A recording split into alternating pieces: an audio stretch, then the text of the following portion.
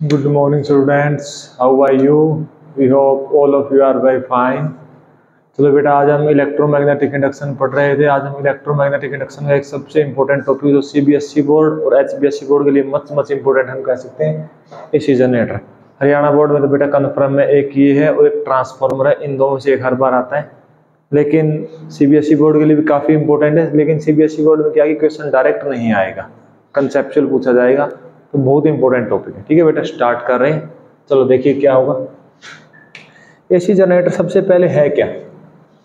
AC generator क्या होता है? AC generator is a device या इज ए इंस्ट्रूमेंट, हम कुछ भी कह सकते हैं। क्या है? जो हमारा मैकेनिकल एनर्जी को इलेक्ट्रिकल एनर्जी में कन्वर्ट कर दे। To convert mechanical energy into electrical energy. एक हमने डिवाइस कंस्ट्रक्ट किया है जो हमारी मैकेनिकल एनर्जी को इलेक्ट्रिकल एनर्जी में कन्वर्ट कर देता है। उस डिवाइस का नाम हम क्या रख रहे हैं? उस जो हमारे पास डिवाइस है या कंस्ट्रक्शन की गई है उसको हम क्या बोल रहे हैं? AC generator. आज हम देखेंगे एसी जनरेटर किस प्रिंसिपल पर काम करता है, कंस्ट्रक्शन क्या है, वर्किंग क्या है, एप्लीकेशन क्या है, उन सब के ऊपर फोकस करें। चलो बेटा स्टार्ट कर रहे हैं। सबसे पहले है हमारा कंस्ट्रक्शन। सबसे पहले है बेटा प्रिंसिपल। डिफाइन हमने कर दिया। डिफाइन वो डिवाइस जो मैकेनिकल एनर्जी को इलेक्ट्रिकल एनर्जी में कन्वर्ट कर दे, उस डिवाइस का नाम क्या है? AC generator. चलो स्टार्ट करते हैं। प्रिंसिपल हम कौन सा चैप्टर पढ़ रहे हैं बेटा? Electromagnetic inductions. इसका प्रिंसिपल क्या है? एक है इलेक्ट्रोमैग्नेटिक इंडक्शंस। इसके अंदर आप क्या लिखोगे? जब भी हमारे पास कहीं पर भी फ्लक्स में चेंज आएगा, फ्लक्स में चेंज जहां भी आएगा वहां पर एक ईएमएफ और करंट इंड्यूस हो जाते हैं, उस फिनोमेना का नाम क्या है? Electromagnetic induction. तो ये इस प्रिंसिपल पर बेस्ड है। और हम इसके अंदर एक और यूज करेंगे, फ्लेमिंग राइट हैंड रूल। तो जो हमारा एसी जनरेटर है किस प्रिंसिपल पर काम करेगा? जब भी हमारा फ्लक्स चेंज होगा, फ्लक्स चेंज होने से ईएमएफ और करंट इंड्यूस होंगे। इस फिनोमेना को हम कहते हैं इलेक्ट्रोमैग्नेटिक इंडक्शन। और इस फिनोमेना के अंदर जो हमारा करंट और ईएमएफ इंड्यूस हुआ है उसकी डायरेक्शन हम किससे निकालेंगे? Fleming right hand rule. वो आप पहले ही पढ़ चुके।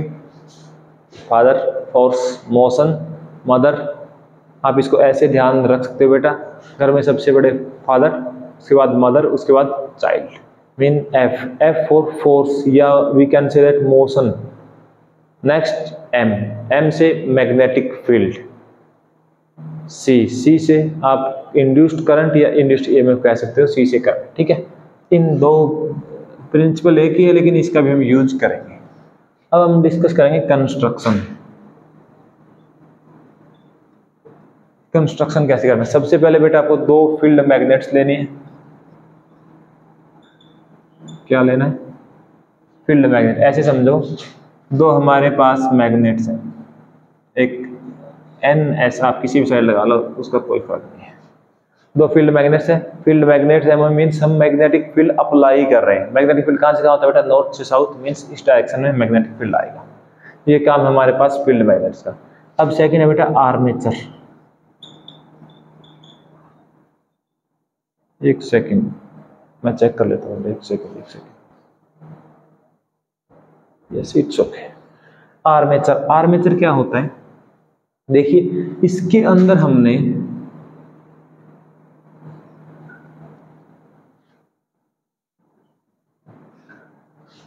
एक लिख लेते हैं पहले, लैमिनेटेड सॉफ्ट आयरन कोर रख दिया। ठीक है, मीन्स एक हम ये कह सकते हैं कि कंडक्टर है, इसका बना हुआ सॉफ्ट आयरन की एक प्लेट रखी हुई है। ठीक है, एक प्लेट रखी हुई है सॉफ्ट आयरन की।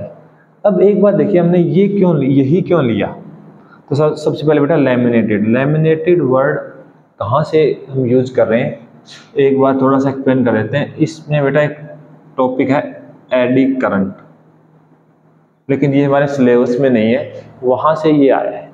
एडी करंट क्या होता है? जब भी हमारे पास, अच्छा ऐसे समझिए, ये हमारे पास मार्कर है, ये मार्कर ऐसे ऐसे मूव कर रहा है, ठीक है। कितने टाइम में रुक जाएगा, मान लेते हैं 10 सेकंड में रुक गया, ठीक है।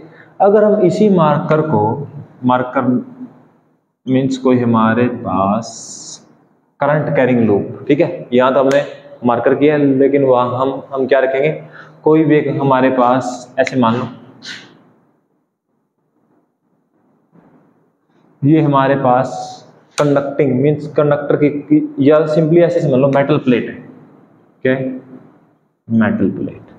ये मेटल प्लेट ऐसे एक बार बाहर आ रही है, एक बार अंदर जा रही है, ठीक है। एक सेकंड में आपको समझा देता हूँ।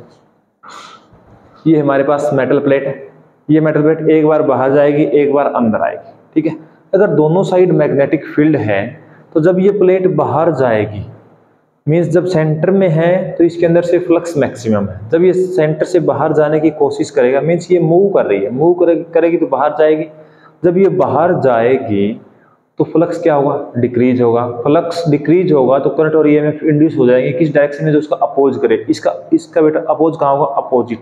मीन जिस वेलोसिटी से ये बाहर जा रही थी अब उससे कम वेलोसिटी से, क्योंकि अपोजिट में फोर्स लग गया, मीन्स अपोजिट में फोर्स लगा तो ये अब पहले मान लो, अच्छा जब ये बाहर गई तब भी फोर्स लगा, जब बाहर जाके ये वापस एंटर करेगी फिर से फ्लक्स में क्या होगा, इंक्रीज, फिर से फोर्स लगा। मीन्स जब ये बाहर जा रही है तब भी एक फोर्स अंदर की तरफ है, और जब ये अंदर आएगी तो फ्लक्स इंक्रीज हो रहा है तो एक फोर्स बाहर की तरफ इसको धकेलेगा।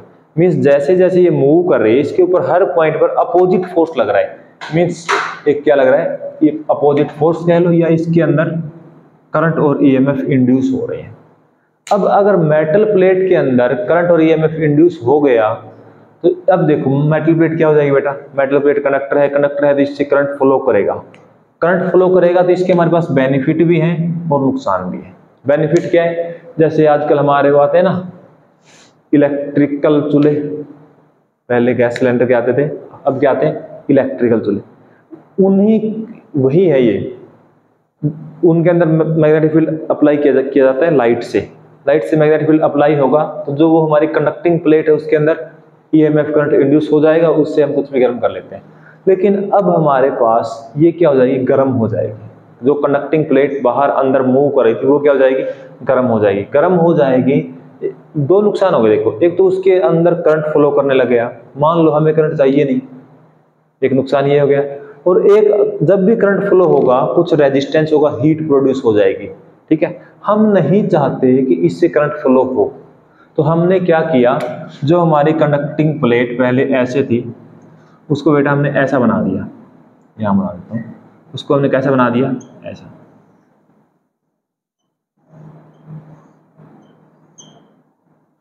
मीन्स बीच बीच से उसको काट दिया, बीच से काट दिया। काट क्यों दिया, क्योंकि जो करंट सर्कुलर घूमेगा, अब ये करंट को सर्कुलर घूमने का रास्ता ही नहीं है। देखो यहां मान लो करंट प्रोड्यूस हो गया तो क्या वो करंट यहाँ पहुंच पाएगा, बीच में खाली जगह है तो करंट नहीं पहुंच पाएगा। इसका नाम है बेटा लैमिनेटेड कोर, ठीक है। हमने सिर्फ एडी करंट प्रोड्यूस ना हो इसलिए क्या लगाया, लैमिनेटेड। दूसरी बात सॉफ्ट आयरन। सॉफ्ट आयरन क्या होता है, हमने बेटा फेरोमैग्नेटिक सब्सटेंस पढ़े हुए हैं, जिसने नहीं पढ़े वो हमारे पास फेरोमैग्नेटिज्म के नाम से हमने एक लेक्चर अपलोड किया हुआ, उसके अंदर पढ़ लेना लास्ट में। सॉफ्ट और परमानेंट दो फेरोमैग्नेटिक मटेरियल्स होते हैं। सॉफ्ट क्या होते हैं, जब हम उनको मैग्नेटिक फील्ड में रखें तो वो मैग्नेटाइज हो जाएं, और मैग्नेटिक फील्ड हटाते ही मैग्नेटिज्म गायब हो जाए, या मीन्स कंप्लीटली रिवर्स हो जाए। और जो हमारे पास हार्ड होते हैं, हम मैग्नेटिक फील्ड में रखें, मैग्नेटिज्म प्रोड्यूस हो गया, चाहे हम मैग्नेटिक फील्ड हटा दें फिर भी उसके अंदर मैग्नेटिज्म रहेगा, उनको हम बोलते हैं हार्ड। अब इसके अंदर हमें कौन सा यूज करना चाहिए, जब हमें इलेक्ट्रिकल एनर्जी चाहिए तभी हमें यूज करना है, तो हम इसके अंदर क्या यूज कर लेंगे, सॉफ्ट आयरन कोर। मीन्स जब ये काम नहीं करेगा तो इसके अंदर कोई भी मैग्नेटिज्म कह लो या फिर जो इलेक्ट्रिकल एनर्जी है वो प्रोवाइड नहीं हो पाएगी, ठीक है। इसलिए लिया गया बेटा लैमिनेटेड सॉफ्ट आयरन कोर, ठीक है। यहाँ तक क्लियर है। प्रिंसिपल क्या है, कंस्ट्रक्शन में फील्ड मैग्नेट्स क्यों ली गई है, आर्मेचर में एक तो ये होगा लैमिनेटेड सॉफ्ट आयरन कोर, दूसरा हो इसके ऊपर हम वायर लपेट देंगे। इसके ऊपर क्या लपेट रखें, वायर्स, कॉपर वायर्स लपेट रखें, ठीक है। तो उस कंप्लीट जो सेटअप बने उसको हम क्या बोलेंगे, आर्मेचर। यहां तक क्लियर है। अब हम थोड़ा और और आगे कंस्ट्रक्शन का पार्ट देख रहे हैं। कंस्ट्रक्शन का और आगे पार्ट में क्या होगा, अभी हमारे पास आप एक इस बात को समझना एक बार, जैसे मान लो ये हमारे पास ये वाली लैमिनेटेड सॉफ्ट आयरन कोर है और इसके ऊपर हमने तार लपेट दिया, ठीक है। इसके ऊपर तार लपेट दिया तो एक तार, मान लो ये तार लपेट दिया, एक तार ऐसे गया, एक तार ऐसे गया नीचे, ठीक है। और यहां से हमें इलेक्ट्रिकल एनर्जी को घर पे यूज करना है। मान लो यहाँ हमने डिवाइस लगा दिए, या मान लो ये हमारे घर पे जहां हम इलेक्ट्रिसिटी यूज कर रहे हैं एसी की, वो लगा दिया, ठीक है। अब एक बार बताओ, यहाँ हमारे पास दो वायर है, जब ये रोटेट करेगा तो क्या वायर में ट्विस्ट आएगा? वायर में ट्विस्ट आएगा, क्या हम घर को घुमा सकते हैं? नहीं घुमा सकते। घर को नहीं घुमा सकते तो वायर में ट्विस्ट आके क्या हो जाएगा? वायर ब्रेक हो जाएगा। तो इस कंडीशन को रिजोल्व कैसे करें, इसके लिए हमने किया क्या है, अभी देखते हैं। एक बार इसको अच्छे से फिगर बना लेते हैं, ठीक है। मीन्स हमारे वायर ब्रेक नहीं होने चाहिए, इसके लिए हमने क्या किया, ऐसा कुछ किया, ये हमारे पास एक मैग्नेट, ये हमारे पास दूसरी मैग्नेट, बीच में मैं थोड़ा सा तिरछा बना रहा हूं,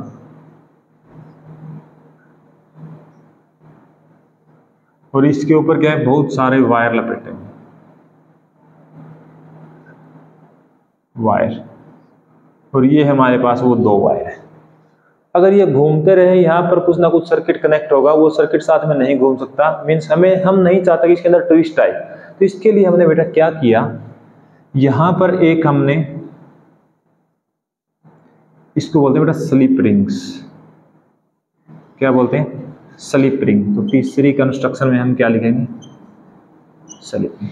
अब देखो, एक स्लिप रिंग यहां लगा दिया और एक स्लिप रिंग यहां लगा दिया, और यहां पर हमने ब्रश कनेक्ट करके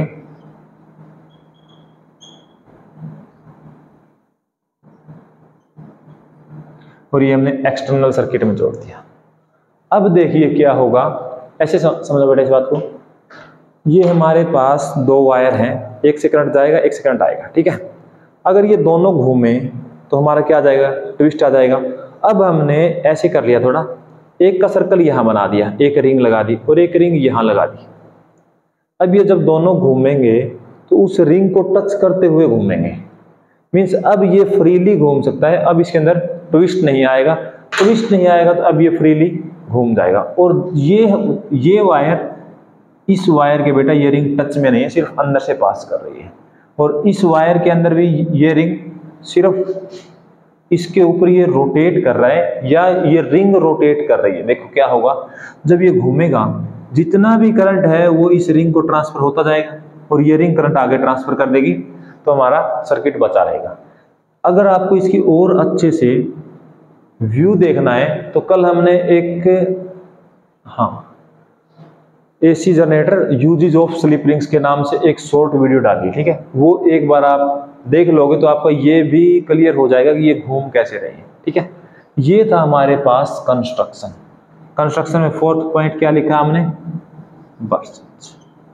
तो बेटा आपको कंस्ट्रक्शन में ये पहले है क्या, प्रिंसिपल क्या है, कंस्ट्रक्शन क्या है। अब करेंगे वर्किंग, ठीक है।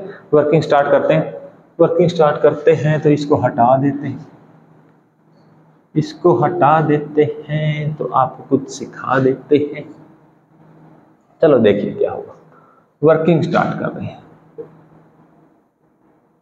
वर्किंग में बेटा आप एक बात देखो, इसको हम मान लेते हैं ए बी सी डी, ऐसे समझो।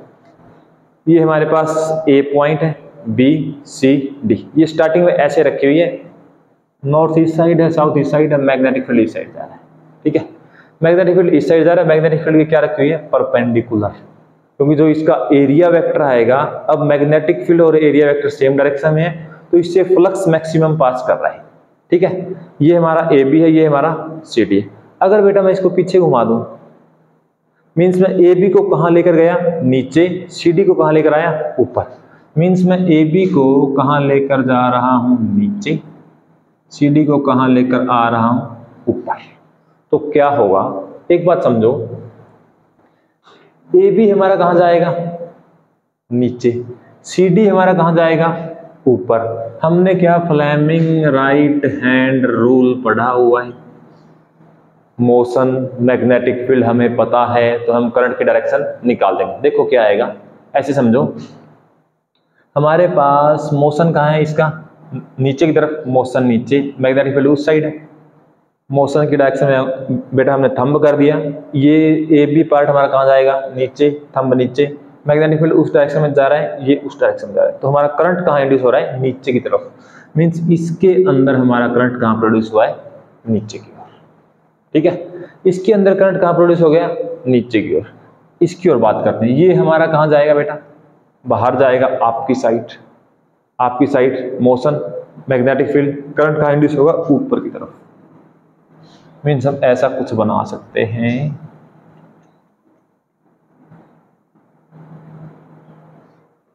ठीक है, करंट ऐसे घूम के निकल जाएगा। अब थोड़ा ये हुआ कैसे उसको देखते हैं। इलेक्ट्रोमैग्नेटिक इंडक्शन हमें क्या कहता है, ईएमएफ कितना प्रोड्यूस होगा, -d∅dt। एक बात बताओ, जो हमने यहाँ पर आर्मेचर यूज किया है ABCD, क्या इसका एरिया चेंज हो रहा है, नहीं हो रहा। मीन्स एरिया क्या है हमारे पास, कांस्टेंट। दो मैग्नेट लगाई गई हैं तो मैग्नेटिक फील्ड भी क्या रहेगा, कांस्टेंट। चेंज हो क्या रहा है वो देखो, ऐसे रखा स्टार्टिंग में, एरिया वेक्टर इसी साइड है, मैग्नेटिक फील्ड भी इसी साइड है, एंगल 0। जब हम ऐसे कर देंगे, ऐसे कर दिया मान लो, अब जो इसका हमारा आर्मेचर का एरिया आपकी साइड आएगा, मैग्नेटिक फील्ड उसी साइड है, तो एंगल क्या होगा 90। मीन हर पॉइंट के ऊपर थीटा चेंज हो रहा है, हर पॉइंट के ऊपर क्या हो रहा है, थीटा चेंज हो रहा है। तो बेटा ये करो, -d/dt। फाई क्या होता था हमारा पास, फ्लक्स, क्या लिख रहे थे, BA cos थीटा। तो हम यहाँ पर लिख देते हैं BA cos theta. B constant है, A कांस्टेंट है, तो हम इसको डिफरेंशिएशन से बाहर ले सकते हैं। तो क्या आ गया, -d/dt -BA d/dt इंटू में cos थीटा। अब ये बताइए कि हम थीटा का टाइम के साथ में डिफरेंशिएशन कर सकते हैं, नहीं कर सकते। तो सबसे पहले जब हम इसको स्टार्ट करेंगे घुमाना, घुमाएंगे बेटा कहाँ से, इस एक्सिस के अलोंग घुमाएंगे, इस एक्सिस के अलोंग मान लो आपने ऐसे घुमा दिया। जनरेटर है, स्टार्ट कैसे करते हो, हैंडल मारते हैं, वो हैंडल मार रहे हैं, मतलब हम इसको ऐसे घुमा रहे हैं, या ऐसे घुमा लो या ऐसे घुमा लो, उससे कोई खास फर्क नहीं पड़ेगा। ऐसे घुमाया हमने, तो घुमाने की कुछ ना कुछ क्या आएगी, एंगुलर वेलोसिटी। एंगुलर वेलोसिटी होता क्या है, omega, angular displacement by time. तो हम यहाँ से थीटा क्या लिख देंगे, ओमेगा।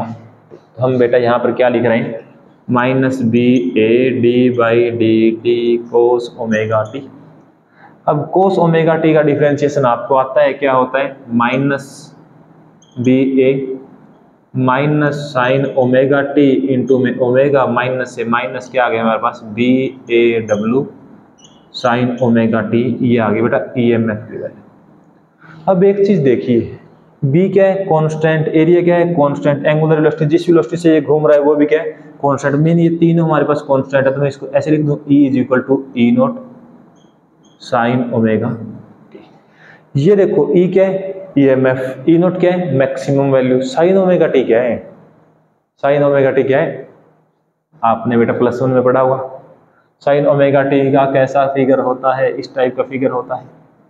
इसी को हम क्या बोलते हैं, अल्टरनेटिंग करंट। मींस हर एक t/2 टाइम के बाद करंट की डायरेक्शन क्या हो रही है, अल्टरनेट, एक बार पॉजिटिव एक बार नेगेटिव। वो कैसे है वो अभी समझ आ जाएगा थोड़ी देर बाद, ठीक है।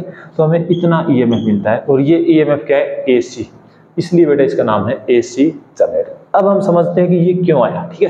अब एक बार इसको देखो, जब ये हमारे पास नीचे जा रहा था, मीन्स ABCD, AB कहाँ गया, नीचे, CD कहाँ गया, तो ये बेटा थोड़ी देर बाद ऐसे हो जाएंगे। AB कहाँ गया, पीछे, CD कहाँ गया, नीचे। मीन्स एक और फिगर बना देता हूं मैं यहीं पर, ये हमारे पास नॉर्थ है, ये हमारे पास साउथ, ठीक है। अब हमारे पास क्या हो जाएगा, AB की जगह CD आ जाएगा और CD की जगह AB। मीन्स पहले ये ऐसे था, AB CD, जब ये घूमेगा तो AB पीछे आ गया, CD आगे, मतलब CD आगे आ गया, AB पीछे। अब वही बिल्कुल सेम यहाँ पे कनेक्ट है नीचे, वो मैं नहीं बना रहा बार बार, ठीक है।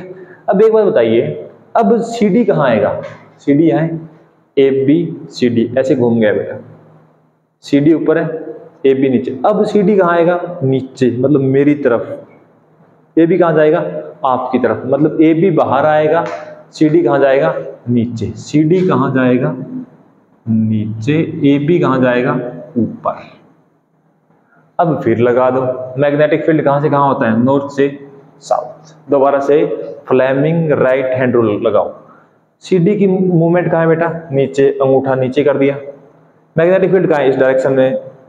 ईएमएफ कहाँ आएगी बेटा, मिडिल फिंगर नीचे की तरफ, मतलब इसके अंदर करंट ईएमएफ कहाँ इंड्यूस हुआ, नीचे। उसके अंदर देखो ए बी मूव कहाँ करेगा, ऊपर। मूव कहाँ किया, आपकी साइड, ऊपर, ठीक है। अच्छा, मैग्नेटिक फील्ड इस साइड है, करंट कहाँ गया बेटा, एक चीज देखो, ए बी में पहले करंट कहाँ चला, नीचे। अब ए बी में करंट कहाँ है, ऊपर। सी डी में करंट पहले कहाँ था, ऊपर, अब कहाँ है, नीचे।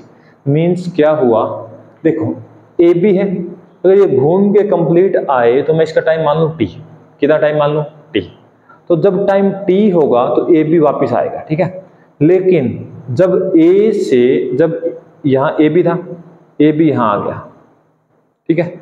अब ए बी क्या करेगा, देखो यहां तक तो फ्लक्स में क्या हुआ है, अब आगे क्या होगा, मींस प्रत्येक हाफ टाइम के बाद, एवरी हाफ टाइम के बाद करंट की डायरेक्शन क्या हो रही है, चेंज। पहले हाफ टाइम में करंट ए बी में नीचे, नेक्स्ट हाफ टाइम में करंट ऊपर। मींस ऐसे समझो, ये ए बी था, हाफ टाइम मतलब ये यहां तक पहुंच गया, इसको हाफ टाइम बोल रहे हैं। हाफ टाइम में करंट का है पॉजिटिव, हाफ टाइम में करंट का है नेगेटिव, हाफ टाइम में करंट का है पॉजिटिव, हाफ टाइम में करंट का है निगेटिव। यही हमारे पास साइन ओमेगा निकलता है। तो ये है बेटा हमारे पास एसी जनरेटर। अब इसका एक बार हम वो बना देते हैं आउटपुट, ठीक है। यहाँ तो कोई क्लियर है, यहाँ तो कोई डाउट हो तो बता देना, वरना आगे मूव करते हैं। तो हमने क्या देखा, एसी जनरेटर क्या है हमारा, वो डिवाइस जो जो मैकेनिकल एनर्जी को इलेक्ट्रिकल एनर्जी में कन्वर्ट कर दे। क्या क्या हमने यूज किया, यूज हमने किया एक फील्ड मैग्नेट्स, एक आर्मेचर। आर्मेचर में क्या था, एक laminated soft iron core. Laminated क्यों, एडी करंट से बचने के लिए। सॉफ्ट आयरन क्यों, ताकि जब हम इसको घुमा रहे हैं तब तक जो फिनोमिना है हो रहा है, जब हम इसको घुमाना बंद कर देंगे उसके अंदर कोई मैग्नेटिज्म नहीं रहेगा, ठीक है। अच्छा, एक और बताता हूं बेटा आपको, देखो कि हमने सॉफ्ट आयरन कोर ही क्यों लिया। ऐसे समझो, अगर मैं ये प्लेट यहां रख देता, ठीक है, यह हमारे पास आर्मेचर है, इसको थोड़ा दूर बना देते हैं, यहां बना देते हैं। अगर ये सॉफ्ट आयरन कोर है तो इसका एक और बेनिफिट है। क्या बेनिफिट है, मैग्नेटिक फील्ड कहां से कैसे जाता है, परपेंडिकुलर टू द सरफेस। अगर ये मैं सॉफ्ट आयरन ना यूज करता, कोई और यूज कर लेता, तो मैग्नेटिक फील्ड कहां निकल जाता, देखो इतना सा मैग्नेटिक फील्ड पास कर रहा है, जो इतने रीजन से निकल रहा है वही मैग्नेटिक फील्ड पास कर रहा है। लेकिन अगर मैंने सॉफ्ट आयरन कोर लिया तो ये क्या है, फेरोमैग्नेटिक। और फेरोमैग्नेटिक सब्सटेंस क्या करते हैं, मैग्नेटिक फील्ड को अट्रैक्ट करते हैं। अट्रैक्ट करते हैं तो ऐसे जाएगा मैग्नेटिक। तो क्या कोई फायदा हुआ, पहले इतना इतना पार्ट सीधा निकल रहा था, इन्वॉल्व नहीं था।